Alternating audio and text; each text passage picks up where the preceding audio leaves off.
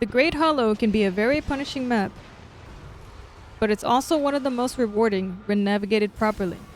You can earn more merc, better drops, and even secure a free ult before each battle.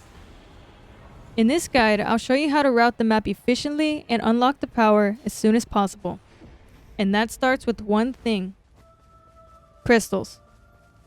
They're hidden throughout the entire map, and resonating 4 of them will shatter the giant crystal in the center, revealing the favor of the Great Hollow. Collecting the favor breaks the crystal curse and gives you a free ult upon drinking all your flasks.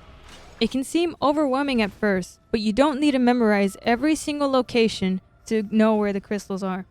You only need to learn the most common crystal spots to consistently unlock the power during runs, and that's all that I'll be talking about and showing here. This is one of my favorite crystal spots, and it's on this ledge near these ants.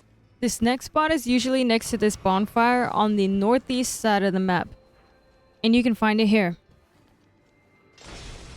This crystal is in the center of this mass where there's a formidable or field boss.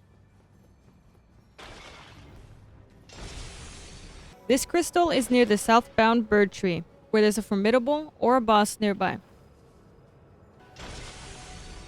If you take the south bird flight, you can usually find a crystal here after the flight ends where there's a church nearby. Make sure you look around once you spawn in too. Some areas could have a crystal nearby.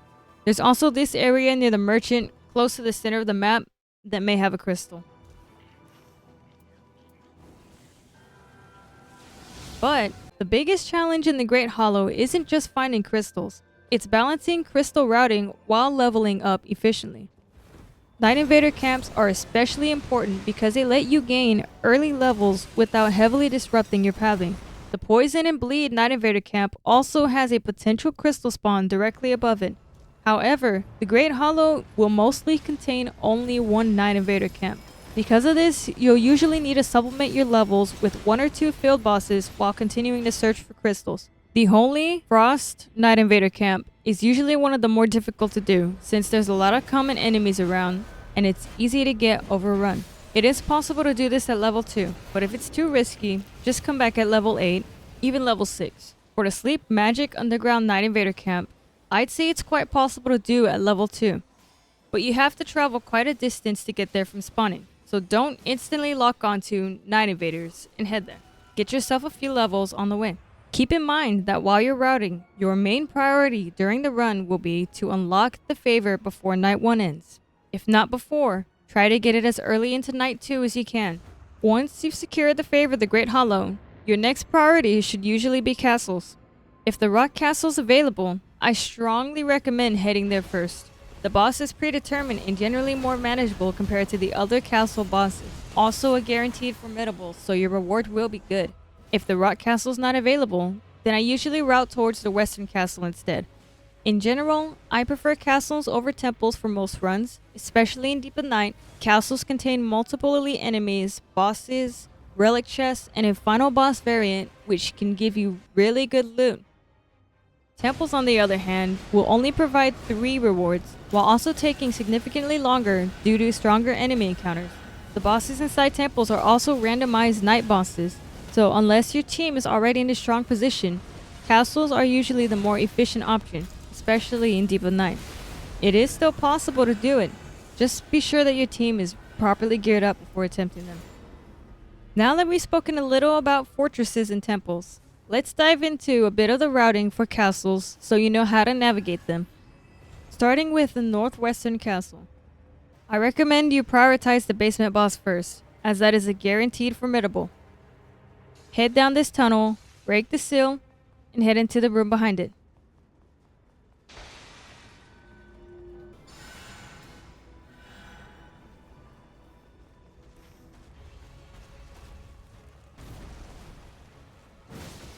After you defeat this enemy, head to the spirit stream as there's another boss right above it.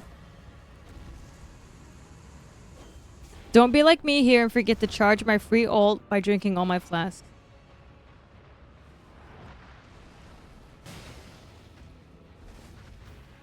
After you defeat this enemy, head down to the jump pad once more and take it to the top of the castle's walls. Here, there are a few elite enemies spread about the castle for you to hunt down and get a few more rewards. Now let's move on to the southeast castle. You can head into the basement through this aqueduct here, and there will be a few elite enemies to defeat. If you keep going down this way, you'll find a boss in a semi-open area with a pool of water.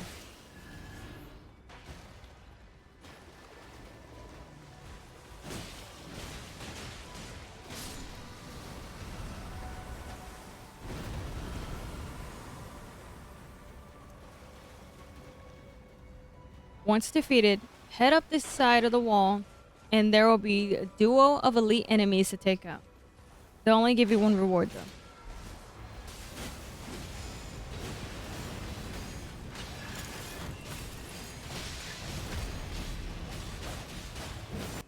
And once that's done, go through this side of the castle, through this doorway here, and you'll find another elite enemy to fight.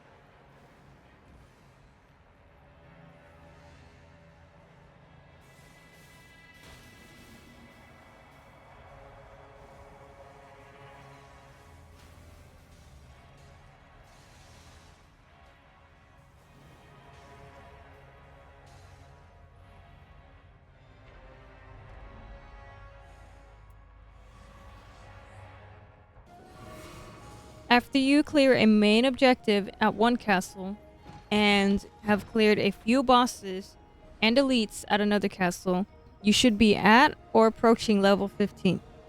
At this point, you can spend that last bit of time clearing elite enemies, opening extra chests, or fighting additional bosses outside of castles wherever you can for more dormant powers.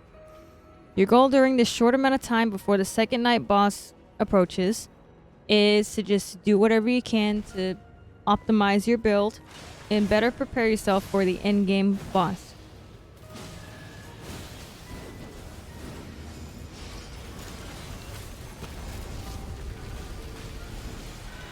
Now, I know the Great Hollow can seem overbearing, but once you understand the pathing, it becomes far more consistent and rewarding. Hopefully this guide helped make the map a bit less overwhelming for you, and I wish you luck on your runs. Thanks for watching, and have a good day, or have a good night. Take care.